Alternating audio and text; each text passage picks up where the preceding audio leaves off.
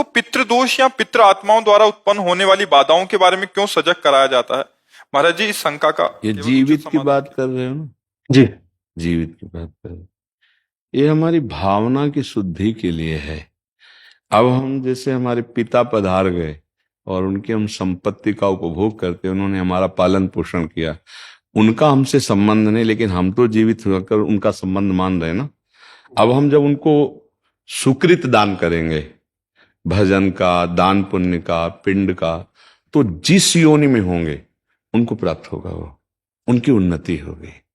अगर वो किसी कर्म के दंड विभाग में हैं, नरक आदि में, आप यहां भजन कर, उनका उत्थान हो जाएगा, उनका मंगल हो जाए। वो आपका संबंध नहीं मान रहे, लेकिन आपका संबंध है, आप जीवित हैं। आपका स्थूल शरीर जब पड़ा होता है सैया में और आप स्वप्न देख रहे होते हैं, तो आपका स्थूल जगत और स्थूल शरीर से कोई मतलब नहीं होता, लेकिन मतलब है, जगने वाले को स्थूल से मतलब होगा ना। ऐसे ही जब शरीर छूटता है तो इस स्थूल जगत का उसका संबंध विस्मृत हो जाता है, लेकिन आपका जागृत है तो आप उसका कल्याण कर सकते हैं, क्योंकि वो आपका पिता रहा है। उसको पता नहीं है, उस समय उसको ज्ञान नहीं है, लेकिन आपको पता है, तो आप उसका मंगल कर सकते हैं भजन के द्वारा, तीर्थयाटन के द्वारा, पिंडदान के द्वारा। अगर आप नहीं करते हैं तो आपका कर्तव्यहीनता होगी, क्योंकि आपका कर्तव्य बनता है। उन्होंने आपके लिए जो भी किया, अब वो चले गए, उनका कर्तव्य खत्म हो गया आपके प्रति। अब आपका कर्तव्य उनके प्रति है, क्योंकि वो आपका पिता का संबंध था। अब उनका मंगल होना चाहिए। तो हम अगर पिता की संपत्ति नहीं, तो हम संपत्ति कमाएं, उनके लिए दान करें, वो दान उनको समर्पित करें, तो वो जहां भी होंगे उन्नति प्राप्त हो जाएगी, उनको उत्थान हो जाएगा, उनका स्थिति से उत्थान हो जाएगा, मंगल होने। मानो किसी मनुष्य शरीर में गए, अब उनको जो दंड मिलने हैं, उनको जो प्रारब्ध रचना हुई, और आपने भजन बल दे दिया, तो सब रुक जाएगा, उनका जीवन मंगलमय हो जाएगा।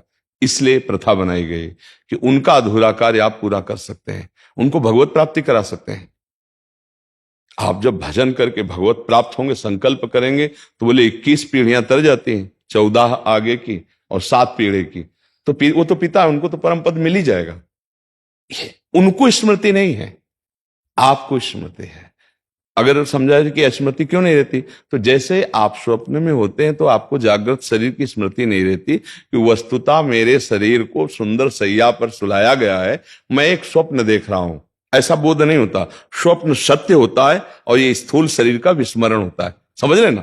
ऐसे ही वो जिस लोक में गए हैं, तो आपका विस्मरण हो चुका है, आपका कोई संबंध उनकी स्मृति में नहीं है।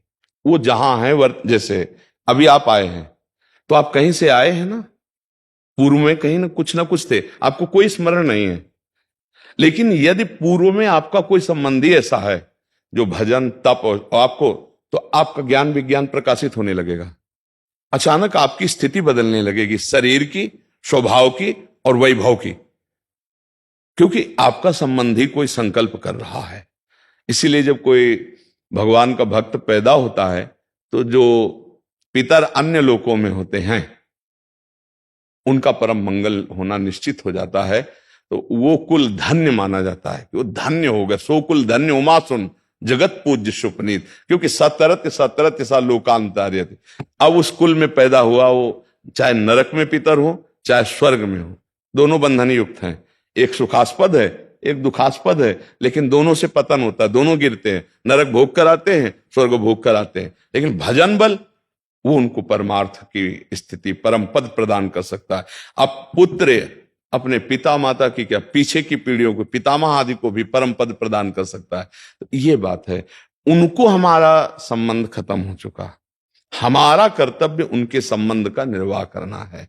जैसे बहुत लोग हैं, पिता के लिए गया श्राद्ध आदि करते हैं, यज्ञ कराते हैं, भोज कराते हैं, पिता के निमित्त वो उसको सुकृत प्राप्त होता है। जाकर के पिता के निमित्त से भागवत कराते हैं, जप करवाते हैं, कीर्तन करवाते, ये सब उसको प्राप्त होता है। तो वो जीवात्मा जो पिता बन के आया था, उसको पता नहीं है, पर आपके इस दान पुण्य के बल से उसके जो दंड विधान थे वो क्षमा हो जाएंगे और आगे बढ़ जाएगा। इसलिए कहा जाता है कि जहां पुत्र हुआ, परिवार में संतान हुई, चाहे वो बच्ची हो चाहे बच्चा हो, तो वो को पिता प्रसन्न होता है कि अब हमारी दुर्गति नहीं होगी। ये भजन साधन, अगर हमसे चूक हो गई तो ये भजन साधन के द्वारा मंगल कर देगा। लेकिन यदि ऐसा ना हुआ तो फिर पुत्र का होना ना होना बराबर है। इसलिए माना जाता है ना, संतान हो गई, हमारी आत्मा है, ये हमारे लिए कुछ करेगा। अगर हम चले भी गए तो हमारा कल्याण ये करेगा, क्योंकि हमारा वंशज है, उसके संबंध से उसको प्राप्त हो जाता है।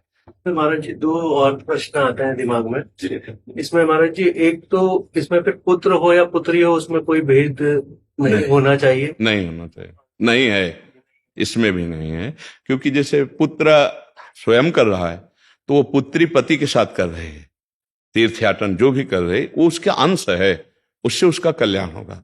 उसमें ऐसा कोई खास बात नहीं कि पुत्र ही हो तब ऐसा होगा, हाँ ऐसा नहीं है। पूरी सामर्थ्य पुत्री में भी है। कितने ऐसे कुल हुए जिनको दोनों कुलों को पावन कर दिया, पिता के पक्ष को और ससुर पक्ष को, दोनों पक्षों को पावन किया। तो उसमें ऐसा शास्त्रों में कोई विशेषता ये नहीं कि पुरुष ही होना चाहिए, बल्कि बड़ा रोल है। हाँ बिल्कुल बिल्कुल बिल्कुल, इस बात में कोई संशय नहीं। और दूसरा प्रश्न महाराज जी, जैसे जीवात्मा मतलब जब आत्मा मतलब अपना स्थूल शरीर को छोड़कर चली गई, तो उसके बाद नरक गति और स्वर्ग गति और फिर मृत्यु लोक में भी दोबारा आ सकती है भोगने के लिए। तो फिर अगर किसी वो दूसरे स्थूल शरीर में चले गई तो उस समय पे भी यही संबंध रहता है, पितृ वाला ही, जैसे कि अगर आप बोल रहे हैं। अभी बताया ना कि अगर वो किसी मनुष्य शरीर में गया है तो उसकी उन्नति होने लगेगी, उसकी बाधाओं का नाश होने लगेगा आपके संबंध से, उसको पता नहीं है। जैसे हम किसी के नाम पैसा ट्रांसफर करें और अपना परिचय हम ना दें और वहां तक पैसा पहुंच जाए तो धनी तो हो ही जाएगा ना। तो उसको पता नहीं, लेकिन आपको तो पता है ना कि मेरा जनक है, मेरा पिता है, अब जहां भी होगा उसको सुख पहुंचेगा, वो किसी भी योनि में हो। अगर मनुष्य योनि में है तब तो कहना क्या है, पर पता नहीं किस योनि में हो, पर उसकी उन्नति हो जाएगी, उसका परमार्थ पुष्ट होने लगेगा। उस जैसे कुत्ता है, एक कुत्ता है गलियों में मारा घूमता है, एक है गाड़ी में सुखपूर्वक घूमता है, और एक है भक्तों के पास भी रहता है, भक्त परिवार है, नाम कीर्तन कर रहे हैं, मतलब एक है धाम में वास करता है। कितने तो अब इसके सौभाग्य का जनसाधारण कुत्ता थोड़ी करेगा, जो धाम में राधा नाम कीर्तन हो रहा है, देहरी पे बैठा हुआ है, संत जन प्रसाद पाए, उसको दिए श्री जी का प्रसाद ही तो मिल रहा है। तो अब ये कुत्ता और वो एक जनरल कुत्ता, बड़ा अंतर हो गया ना। एक कुत्ता जो गली में भोजन नहीं मिलता, एक जो गाड़ी में खिड़की के खुला करके गोद में लेकर, अंतर हो गया।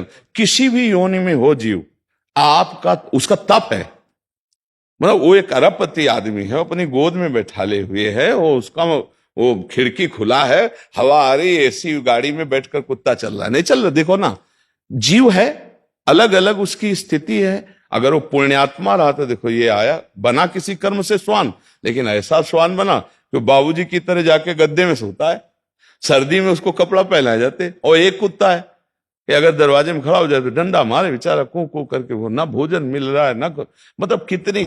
एक कुत्ता है कीड़े मतलब कीड़े लगे हुए हैं, कष्ट पा रहा है। एक है खुशबू आ रही उसके शरीर से, बढ़िया नहा धोआ के सब। ये अब किसी भी योनि में उसका मंगल होगा। हमें लगता है कि सबको करना चाहिए, अपने माता पिता के लिए, अपने पूर्वजों के लिए कुछ माला भजन करके, इससे सबसे बड़ा दान है। रुपया पैसा का तो दान ठीक है करे ही, लेकिन ये जरूर करे कि राधा राधा राधा 5 माला जपा, तो आज की 5 माला हम अपने पिता को देते हैं, इतना बड़ा कल्याण हो जाएगा 5 माला नाम जप करके। और अगर आप रोज 1 माला दें, पिता है तो उनका कल्याण हो जाएगा। ये गुप्त बात है आंतरिक, कि वो आपसे संबंध नहीं रखते, लेकिन आप जीवित हैं, आप उनसे संबंध रखते हैं, तो ऐसा करना चाहिए।